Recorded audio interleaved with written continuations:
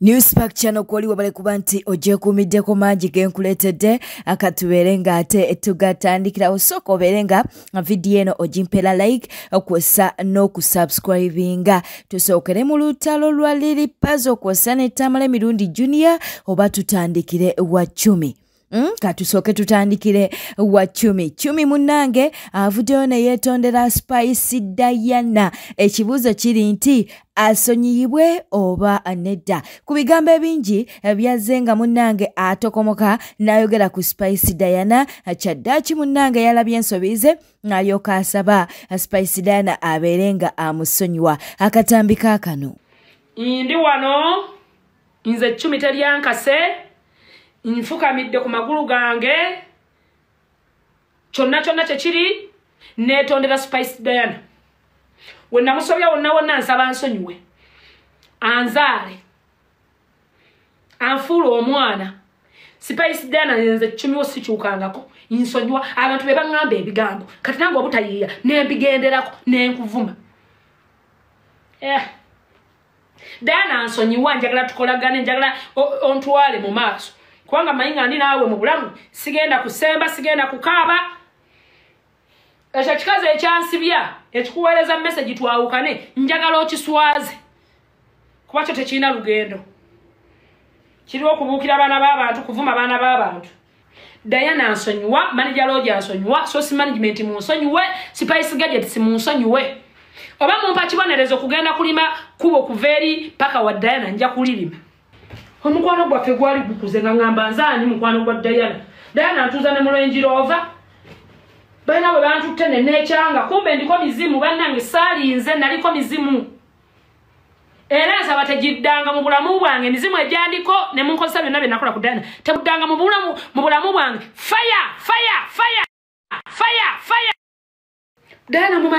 Diana mumanyi beyi gyazitowa alina n'ennyumba ebisenge byatasulamu Nema mulina mu store mwenyigiriza.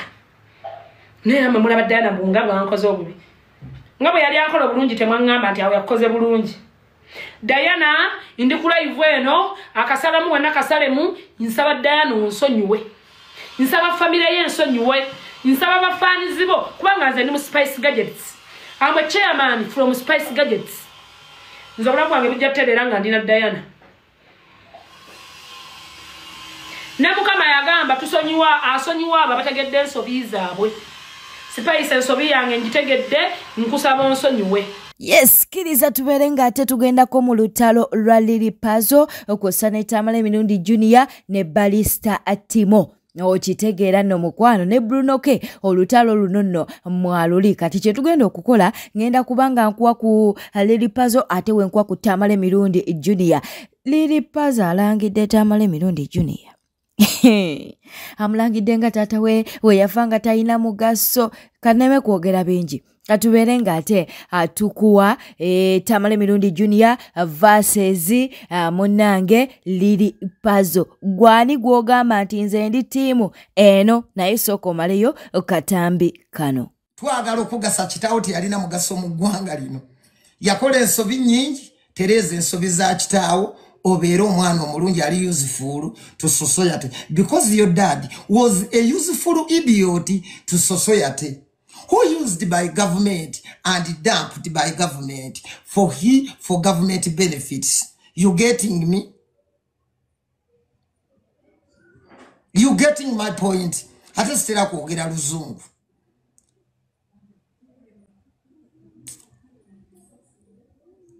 Muchitange yawandika ngo butabukoma nnyoko ogise masters decide nnyoko mbutujja kasomako okayisa katabo ka James Kigundu tikalimu ebyokuyi weruna benja kukukuba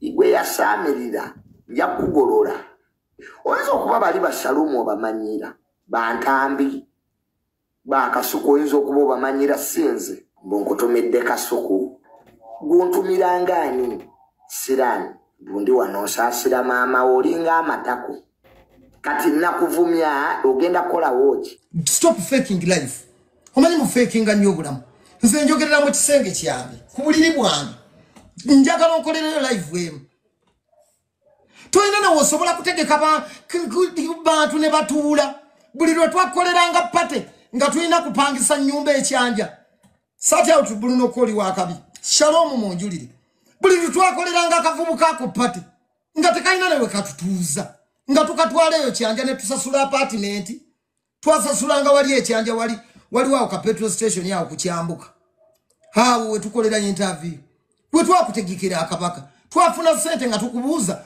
tukutegekere wakabaga we tuba tutuula akoko celebrating nga bagobye mu kika twasasula apartment zino babita batya bino mwaba abebulaya munyambeko ng'omuntu ovudde bulaya tonafuna wosula okuzimba nange ndi mu kuzimba fenna tetugenda balaga bye tuzimba none of our people's business okuzimba nago mawulire chikwata ku buli omu okuzimba kati ngovayo kunjwe kati golaba mu Uganda eno yonna ku nyumba eziri mu Uganda ekyo kyoyina okulaga abantu Airbnb simanya azimba kati ate fa abalina faamu tukole tuti mulaika tomanye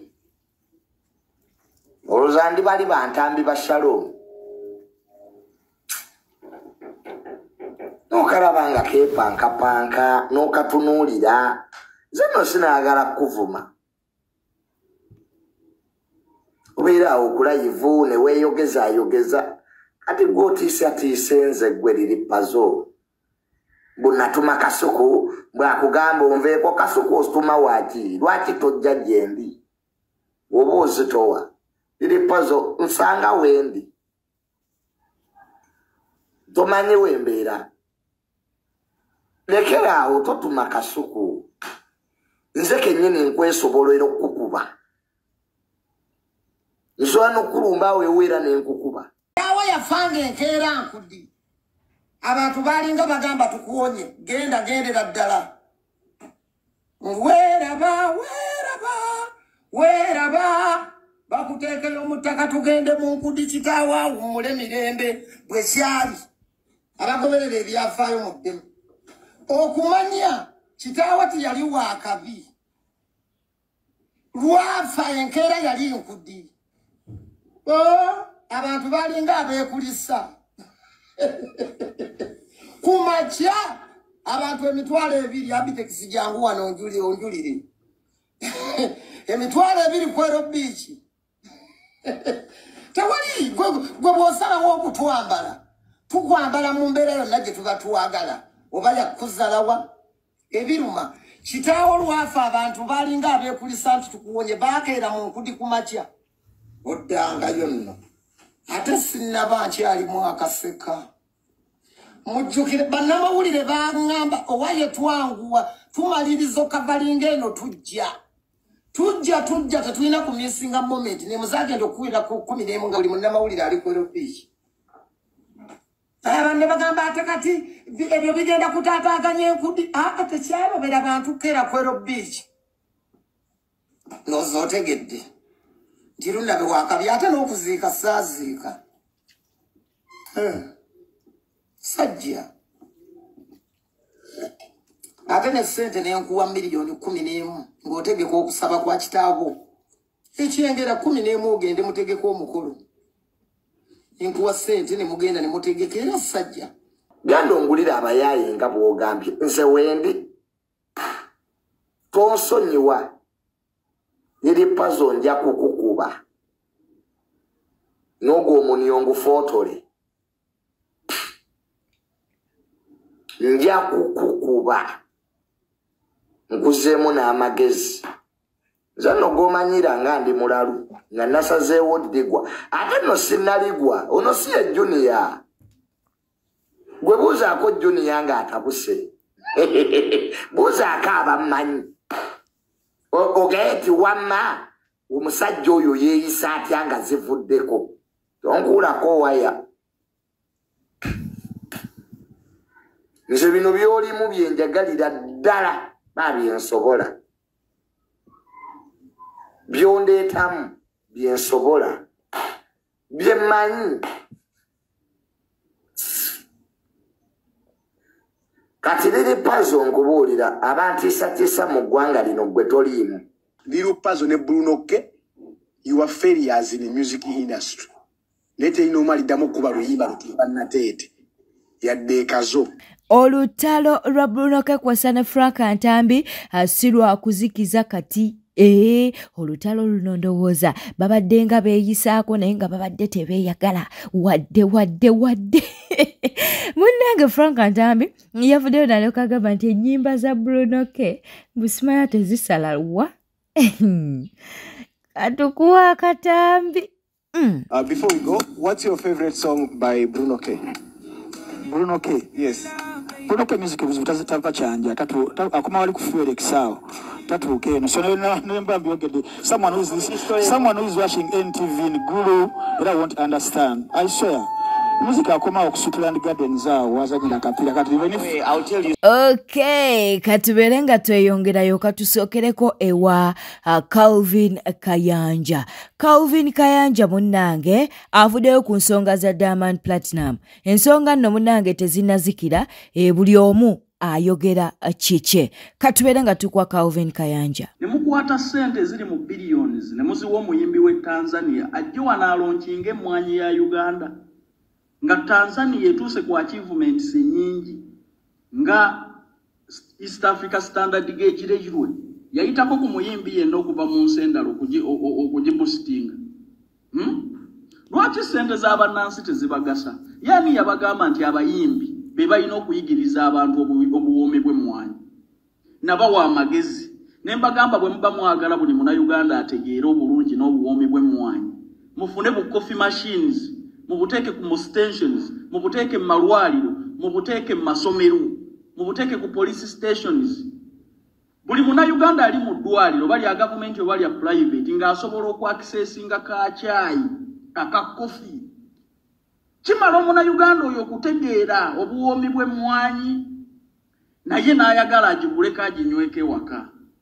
Sente zino ze muteeka mu billions and billions of money singa ogula ezo coffee machines noziteeka mu malwaliro n'oteeka mu masomero aga primary ne secondary ne higher education universities buli Munnayuganda n'abanga asobola okwaccessinga ka chai akaliko coffee akaliko emmwanyi oba promoting ng'atoddiza bannayuganda era ng'okoze n'ekyo ekikola ki ekikwatwako. So kyabwewusa nnyo okukwata sente y'omuwi w'omusolo mugi w'abayimbi. Kati njagala kubabuuza abayimbi bonna be mwatutta okuleka Bebekulu eyaleese ba TikTok enkuyanja n'omanya nti baatutuusizaako information ku ki ekyabadde entuŋŋamu naye impact ki gye baakoze ku mmwanyi.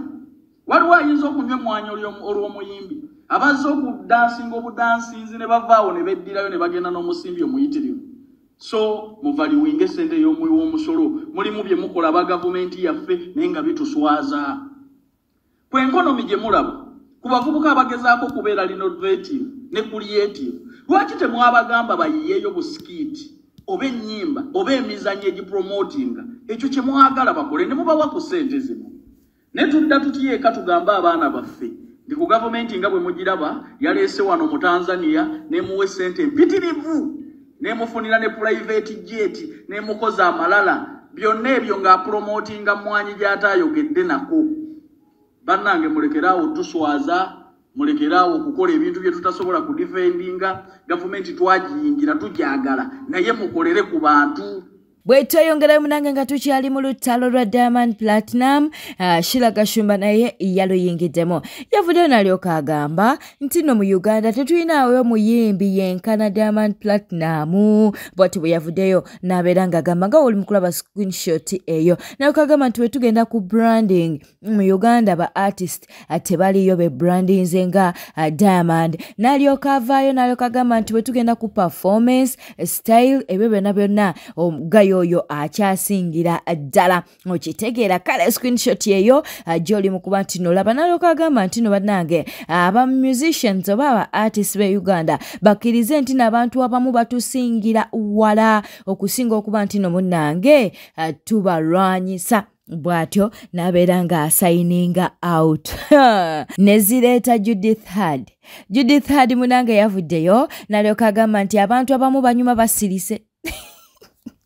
Musente zabadde zamuyiwa musolo Diamond ze bamuwadde empitirivu nga woli mukulaba screenshot eyo gisomesomemu awo nga ddamu Shila Gashumba bano beekubye tebeeyagala bo tebeeyagala ge mazima nga woli mukulaba screenshot eyo olutalo lukyagendera ddala mu maaso kakati nga omanyi nti penge naye taggwayo olutalo luno aluyingiddemu tigina kubeera kulero ku saidi ya Shila Gashumba Nalongo nonsonyiwa ngenda kubuuzayo ekibuzo kimu Nalongo Judith Hard wagambe Diamond tuteesereza omuyiwa omusolo singa tebayise Diamond sente ezo ne baziwa abayimbi Uganda zanibadde sente zaki za kabondo k'abasezi k'abalogo kaki kyandibadde okke n'osirika ne baziwa Uganda Kwa ogambe za muyiwa omusolo olwo njagala gombuulire Judith Hard sente y'omuyiwa omusolo Uganda abayimbi bakuba nga bagitutte kyandibadde okke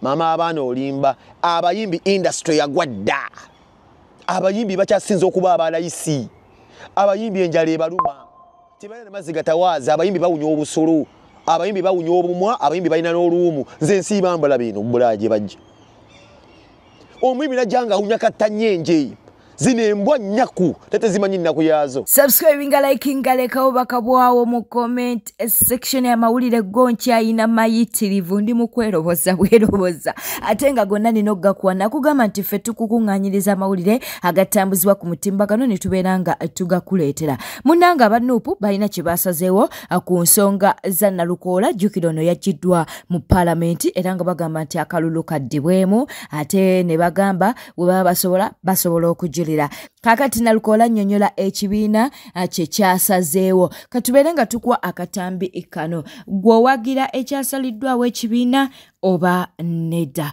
akatambi kaakano oluvannyuma lw'okwebuuza ku bukulembeze bw'ekibiina kyaffe ekya National Unity Platform okwebuuza okuva eri abantu ba Kawempe North Constituency newankubadde ng'amaloboozi weegali agagamba nti twandizeeyo mu kalulu naye tulaba nti okwebuuza kwaffe kutuwadde nga tusaanye okusalawo okujulira okwo tukisazeewo olw'ensonga zino wammanga nga bwe mujjukira waliwo okulinnyirira eddembe ly'obuntu okutulugunya abantu ba Kawempe North abawagizi baffe bannamawulire naffe ffennyini tulaba nti singa tuddayo mu kalulu kaakano nga n'ebiwundu ebisago ebyabatuusibwako tebinnawona kijja kuba kya bulabe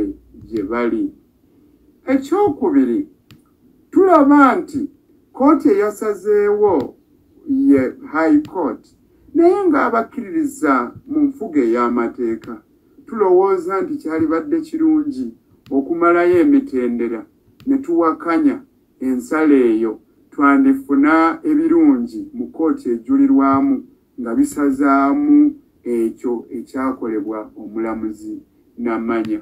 Ekyokusatu ensala eyo si nsala mpoomu esobola okwesigamizibwako omulamuzi omulala ng'asala singa eba tewakanyiziddwa oba oliawo ne yeesigamizibwako olunaku olulala okuggyawo obuwanguzi n'okusalawo kw'abantu ab'ekitundu ekirala abayinza olumu n'obutaba ba Kawempe North Constituency. Kale n'ensonga ezo tulabye nga kyetaagisa era nga kisaanidde okuba nga tugenda mu maaso n'okujulira tuwakanye ensala y'omulamuzi Namanya mu kooti ejulirwamu giyite Court of Appeal. Bweteyongerayo gayo gwoli mu kulaba munnange ali mu kukulukusa amaziga munnange yali yakureatingawo account eyambalala HIV era munnange account eyebadde egendako bannange ebintu bambi ebiyinza n'okwonona erinnya ly'abantu oba ba celebrities ab'enjawulo kakati avuddeyo ne yeetonda n'alyoka agamba nti mu musonyiwe akalimu ke kaaweddewo olwa account mu nti eyo abadde ayina n'omwana kaakati tamanyi omwana agenda kumuweerera atya kwegamba kale byo byali mu kwogera mu video katubere nga tukuwa akatambika ekibuuzo kiri nti asonyiibwe oba nedda twesange mu comment section. Account eyambara HIV eshaheji yakuba deleted kandi marahirira ngutijaga kakurebeka ahantu hona abakora accounts nkezo nani mbeshingeza murekeraho ni mango araba Kampala araba nkai nkabe ni nyanga mu no mu Ruganda mukabuhuru ensi yona ni hanga yona bibuhurira kunka murekeraho because it's not called for. I did this out of my own instincts and I'm costing a lot. Friends, my family is in pain and I have already lost my job. I won't work anywhere else. Something that will possibly hurt my daughter because I'm the breadwinner and I'm the milk bringer at home. Merecheraho, preach love, preach unity, and preach peace. I'm sorry. I'm very sorry before anyone. Bwete tambudde badde mulabi mulungi wabale kwekomera ku Newspack channel kankusaba obeere ng'osubscribinga olikinga akwesa n'okuleka obubaka bwawo mu comment section. Beera bulungi weeraba weekumire kweno yokka tujja kubeera nga tukuleetera amawulire amalala agetunaaba tufunyeewo.